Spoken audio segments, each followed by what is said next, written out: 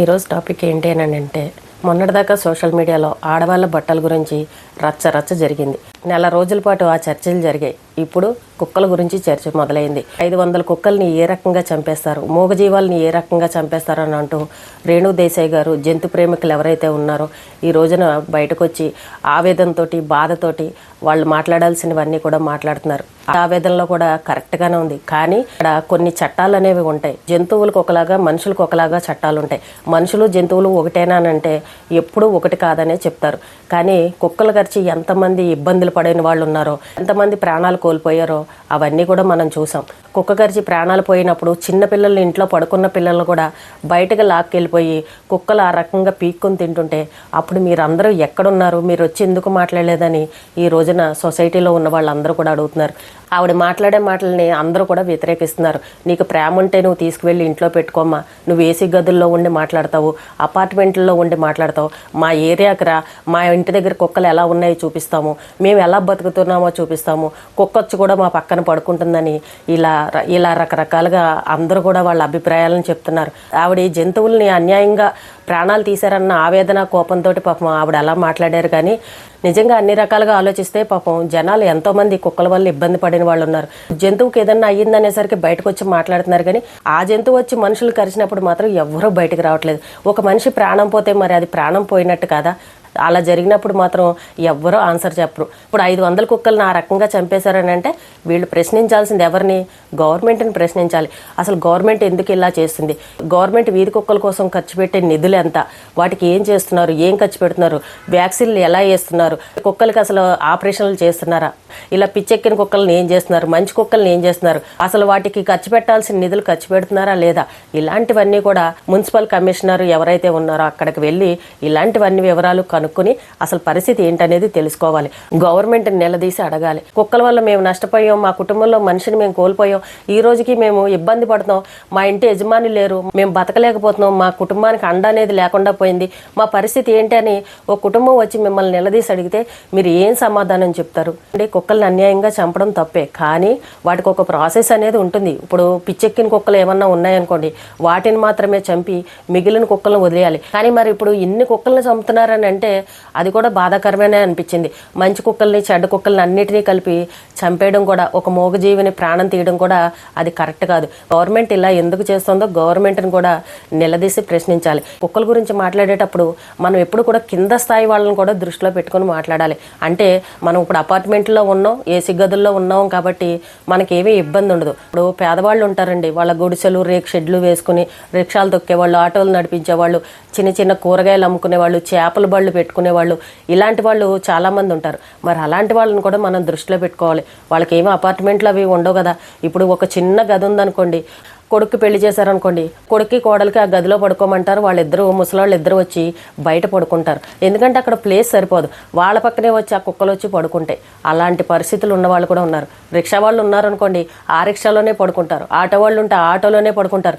మీరు మన అర్ధరాత్రి టైంలో ఎప్పుడైనా బస్సులోంచి అక్కడ నుండి వస్తుంటే ఒక్కసారి గమనించండి. పాపం ఇల్లు లేని వాళ్ళు, ఎక్కడ ఉండడానికి ప్లేస్ లేని వాళ్ళు అక్కడికక్కడే తిని అక్కడికక్కడే పడుకునే వాళ్ళు కూడా మనకు కనబడుతూ ఉంటారు. మరి అలాంటి వాళ్ళని కుక్కలు కరిచేయనుకోండి, ఏంటి పరిస్థితి? గవర్నమెంట్ వ్యాక్సిన్లు వేస్తుంది, రేబిస్ వ్యాధికి ఇంజక్షన్లు చేస్తుందని ఇలా చెప్పేస్తాం. కానీ కొంతమంది ఏంటంటే గవర్నమెంట్ని కూడా నమ్మేవాళ్ళు లేరు. ఏదైనా అనారోగ్య సమస్యలు ఏమైనా వచ్చాయనంటే గవర్నమెంట్ హాస్పిటల్కి వెళ్ళాలని అంటే అబ్బా అక్కడికి వెళ్ళేవంటే అందరికీ కలిపి ఒకే రకం టాబ్లెట్లు ఇచ్చేస్తారు. అవి ఏంటో తెలీదు. నువ్వు ఏ నొప్పి అన్నా సరే ఒకే టాబ్లెట్లు చేతిలో పెట్టి పంపిస్తారు. అదేం హాస్పిటల్లో అక్కడికి వెళ్ళే బదులు ప్రైవేట్ హాస్పిటల్కి వెళ్ళడమే మంచిదని చాలామంది ప్రైవేట్ హాస్పిటల్కే వెళ్తూ ఉంటారు. ఎందుకంటే గవర్నమెంట్ మీద నమ్మకం ఉండదు.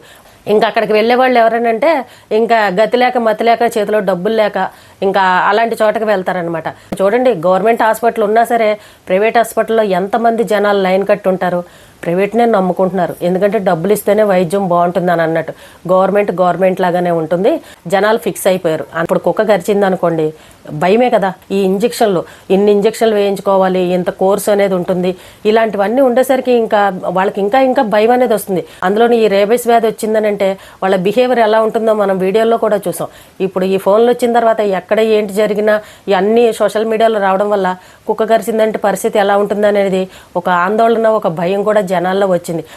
మనిషికి విలువ ఇస్తారు కానీ కుక్క ప్రాణానికి విలువ లేదా అని అంటే విలువ ఇవ్వరు. మనిషి ఎక్కువ కుక్క ఎక్కువ అని అడిగితే మనిషే ఎక్కువ అంటారు. కుక్క ప్రాణం పోయినా ఎవడో పట్టించుకోడు, కానీ మనిషి మాత్రం బాగుండాలనే చూసుకుంటారు. మనిషిని ఏదైనా చేసిందని అంటే ఆ కుక్కని చంపేస్తారు. అలా ఉన్నాయి మన చట్టాలు, అలా ఉన్నాయి రూల్స్. కుక్కల గురించి ఇంత మాట్లాడినా కూడా ప్రయోజనం ఏమీ ఉండదు. నిలదీయాల్సింది ఎవరినేనంటే గవర్నమెంట్ని నిలదీయాలి. కుక్కల కోసం ఏం నిధులు ఖర్చు పెడుతున్నారు, ఎంత డబ్బు ఖర్చు పెడుతున్నారు, ఇలాంటివన్నీ కూడా గవర్నమెంట్ని నిలదీసి అడిగితే అక్కడ నుంచి గవర్నమెంట్ మీద ఏమన్నా పోరాటం చేస్తే అప్పుడు కుక్కలు సేఫ్గా ఉంటాయి. కొన్ని కుక్కలు చూడండి, ఇంటి ముందే ఉన్నా వాటికి ఏదో ఒకటి ఇంత అన్నం పెడతారు, అవి మనతోటి ప్రేమగా ఉంటాయి. కొన్ని కుక్కలు పాపం ఆకలితోటి వాటికి ఏవో అనారోగ్య సమస్యలు ఉండడం వల్ల ఇలా కరిచేస్తూ ఉంటాయి. అన్ని కుక్కలు కరుస్తాయని అంటే అన్ని కుక్కలు కరవు. 100లో ఒక 4-5 కుక్కలు ఇలాంటి చెడ్డ కుక్కలు ఉంటాయి. కానీ ఇక్కడ ఏంటంటే కుక్క కరిచింది అని అనగానే ఇంకా అన్ని కుక్కలు అదే అనుకుని అన్నిటినీ తీసుకుని వెళ్ళిపోయి వాటిని చంపేయడమో ఏదో ఒకటి చేస్తుంటారు. అదైతే కరెక్ట్ కాదు. మంచి కుక్కల్ని చెడ్డ కుక్కల్ని అన్నిటినీ చంపేయడం చాలా మహాపాపం, తప్పు కూడా. కానీ మనం కుక్కని కాలభైరవుడిగా పూజిస్తాం కాబట్టి కొంచెం చంపేవాళ్ళు కూడా కొంచెం మనసు పెట్టి ఆలోచించాలి. కుక్కల సంఖ్య పెరిగిపోకుండా ఉండాలని అంటే ఏం చేయాలి, ఎలాంటి చర్యలు తీసుకోవాలని గవర్నమెంట్ కూడా ఆలోచించి అలాంటి చర్యలు కనుక తీసుకుంటే కొన్ని రోజులకి కుక్కల సంఖ్య అనేది తగ్గిపోతుంది. ఇంతకుముందు ఇన్ని కుక్కలు ఎవరన్నా పెంచుకునేవారండి? ఇప్పుడు చూడండి, ఇంటింటికి ఒక కుక్క అన్నట్టు ఎవరికి నచ్చిన కుక్కను వాళ్ళు తెచ్చుకొని పెంచుకుంటున్నారు. పెద్దవాళ్ళైన తల్లిదండ్రులను తీసుకువెళ్ళేమో వృద్ధాశ్రమాల్లో పెడుతున్నారు. కుక్కలను తెచ్చుకొని డబ్బులు పెట్టి కొనుక్కొని ఇంట్లో కుక్కలను పెంచుకుంటున్నారు. మీకు ఒక స్టోరీ చెప్తాను. నాకు తెలిసిన ఆయన ఇలాగే ఆయన 3 కుక్కలను పెంచుకునేవాడు. ఆయన గవర్నమెంట్ ఉద్యోగి. ఆయన కుక్కలంటే మహాప్రాణం అనమాట. ఆయన తల్లి ముసలావిడ అయిపోయింది, చాలా పెద్దావిడి. ఆవిడకి ఇంకో 2 కూతుళ్ళు కూడా ఉన్నారు. ఇలాగే పెద్దావిడ అయిపోయిన తర్వాత అమ్మని చూసుకోమనంటే నేను అమ్మని చూసుకోను, నాకు కుదరదు, నాకు కుక్కలను చూసుకోవడమే ఎక్కువ, నాకు కుక్కలతోనే టైం సరిపోవట్లేదని అమ్మని చూడను అని చెప్పేశాడు. ఆవిడ వెళ్ళి పాపం కూతురు ఇంట్లో ఉంటుంది. కూతురు ఎన్నోసార్లు అడిగింది, ఒరే నీకు అమ్మ ఎక్కువ కుక్కలు ఎక్కువ అని అడిగితే నాకు కుక్కలే ఎక్కువ అని మాట్లాడాడు. అంటే కన్న తల్లి కంటే కూడా కుక్కల మీద అంత ప్రేమ చూపించాలండి. అయినా సరే కూతురు దెబ్బలాడి నువ్వు అమ్మను చూసుకో అని చెప్పేసి బలవంతంగా ఆవిడ్ని తీసుకొచ్చి ఆయన ఇంట్లో వదిలిపెట్టేస్తే ఆ కుక్కలు మీద ఎక్కేయడం, ఆ కుక్కలు ఏదో ఒకటి చేసేయడం ఆవిడకి ఇంకా నచ్చేది కాదనమాట. ఆ కుక్కలను చూస్తే ఆవిడ చిరాకు పడిపోయేది. ఇంకా పెద్దవాళ్ళంటే అలాగే ఉంటారు కదా. ఆ కుక్కలు నచ్చక అమ్మ నేను ఆ ఇంట్లో ఉండనమ్మా, ఆ కుక్కల బాధ నేను భరించలేకపోతున్నాను, ఆ ఇల్లంతా వాసన, అవి వచ్చి మీదెక్కేస్తూ ఉంటాయి, ఆ తిండి కూడా నన్ను తిన్నేవు, కంచంలో మూతులు పెట్టేస్తాయని చెప్పేసి ఆ పెద్దావిడ ఆ ఇంట్లో నేను ఉండనని చెప్పేసింది. కూతురు దగ్గరికి వచ్చి ఉంటుంది. కనీసం ఆ కొడుకు అప్పుడైనా ఆలోచించాలి కదా. కుక్క కంటే అమ్మను బాగా చూసుకోవాలన్న ఆలోచన కొడుకు ఉండాలి కదా. ఇలాంటి సంఘటనలు కూడా జరుగుతున్నాయి. కుక్కల మీద ప్రేమ ఉండాలి, కానీ అది ఎంతవరకు ఉండాలో అంతవరకే ఉండాలి. కానీ కన్న తల్లిదండ్రులు కాదని కుక్కలను తెచ్చుకుని ఇంట్లో పెట్టుకోవడం అని అంటే అది ఎంతవరకు కరెక్ట్ చెప్పండి.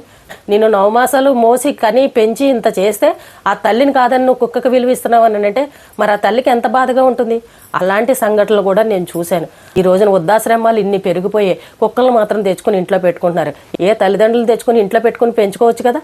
అమ్మకు అన్నం బెటర్ కానీ కుక్కలను తీసుకొచ్చి మంచాల మీద పడుకోబెడతారు. ఇది ఎంత దారుణం అండి, ఇది ఎంత బాధాకరం అండి. అలాంటి కుటుంబాలు కూడా చాలా ఉన్నాయి. కుక్క మీద చూపించే ప్రేమ మనిషి మీద కూడా చూపించట్లేదు. ఇలాంటి సంఘటనలు చూస్తుంటే అసహ్యం అనిపిస్తుంది. ఇలా సందర్భం వచ్చింది కాబట్టి నేను చెప్తున్నాను. కొంతమందికి కుక్కలంటే ఇష్టం ఉండదు. ఇప్పుడు నేనున్నాను, నాకు కుక్కలంటే చాలా ఇష్టం, అయినా నేను పెంచను. ఎందుకనంటే మనం ఉండేది అద్దెళ్ళు, ఇంటి ఓనర్స్ ఒప్పుకోరు. మనం ఎప్పుడు ఎక్కడ ఉంటామో తెలియదు. బయటకు ఎక్కడికన్నా వెళ్ళామనంటే దాన్ని చూసేవాళ్ళు ఉండరు. మనకి ఈ బాధలన్నీ ఎందుకని చెప్పేసి మేము అసలు కుక్కల జోలికే పోను. కానీ పక్కింటి వాళ్ళ కుక్క నాకు అలవాటు అయిపోయింది. ఇప్పుడు నేను ఎక్కడికన్నా వెళ్తే పాపం అదే మా సొంత కుక్కలాగా అయిపోయి మా కోసం బెంగ పెట్టుకునే పరిస్థితి వచ్చింది. ఉన్నంతకాలం పక్కన ఉన్నాం కాబట్టి ఏదో అలా గడిచిపోతుంది. వాళ్ళు పెంచుకునే వాళ్ళు చాలా ముద్దుగా ప్రేమగానే పెంచుకుంటారు. అయినా కూడా అది మాకు అలవాటు అయిపోయింది. ఎక్కువ మా ఇంట్లోనే ఉంటుంది. అయినా మూగజీవాల మీద ప్రేమ నేను చూపెడుతూనే ఉంటాను. ఇప్పుడు రేణుదేశాయ్ గారు దెబ్బలాడాల్సింది ఎవరి మీద అంటే గవర్నమెంట్ మీద దెబ్బలాడాలి. జంతు ప్రేమికులు ఎవరైతే ఉన్నారో వాళ్ళందరూ కూడా గవర్నమెంట్ని నిలదీయాలి. ఇలా జనాల మధ్యకి వచ్చి ప్రెస్ మీట్లు పెట్టి మాట్లాడారు అనుకోండి, ఈ జనాలందరూ ఏంటంటే మీ మీద పడిపోతారు. జనాలు ఎటువంటి వాళ్ళంటే పనికిరాని విషయాలు, మీ పర్సనల్ విషయాలు ఇలాంటివన్నీ మాట్లాడతారు. అసలు మీరు మాట్లాడిన దాంట్లో ఎంత అర్థం ఉందనేది, మీరు ఎంత ఆవేదనతో మాట్లాడారనేది వీళ్ళు చూడరు.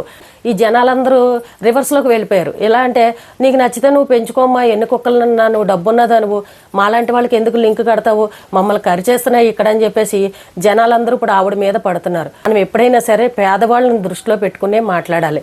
అందరూ బిల్డింగుల్లోనూ, అందరూ హై క్లాసు ఏరియాల్లోనూ, అందరూ కారుల్లో తిరిగే వాళ్ళు ఉండరు కదా. ఇప్పుడు చిన్నపిల్లలు ఉన్నారనుకోండి, అపార్ట్మెంట్లో ఉన్నవాళ్ళు, గేటెడ్ కమ్యూనిటీలు ఉన్నవాళ్ళు ఆ ఏరియా మట్టుకే అక్కడ చక్కగా ఆడుకుంటారు స్కూల్ నుండి రాగానే. ఎందుకంటే ఇంకా వాళ్ళు బయటికి వెళ్ళరు, అక్కడ వాచ్మెన్లు ఉంటారు, సెక్యూరిటీ అన్నీ ఉంటాయి. కానీ మరి చిన్న చిన్న ఇళ్లల్లో ఉండేవారు, వీధుల్లో పూరి గుడిసెల్లో ఉండేవాళ్ళు, రేక్ షెడ్యూల్లో ఉండేవాళ్ళు. వాళ్ళ పిల్లలు ఎక్కడ ఆడుకోవాలి? స్కూల్ నుండి వచ్చి అమ్మ ఇంట్లోనే కూర్చొని నువ్వు బయటకు రావద్దని చెప్పేసి టీవీలు పెట్టేసి ఫోన్లు ఇచ్చేసామనుకోండి, అలా ఎంతసేపు అని ఉంటారు? ఈ రోజుల్లో ఫోన్లు ఇవ్వద్దు, టీవీలు ఇవ్వద్దు అని మనమే చెప్తున్నాం.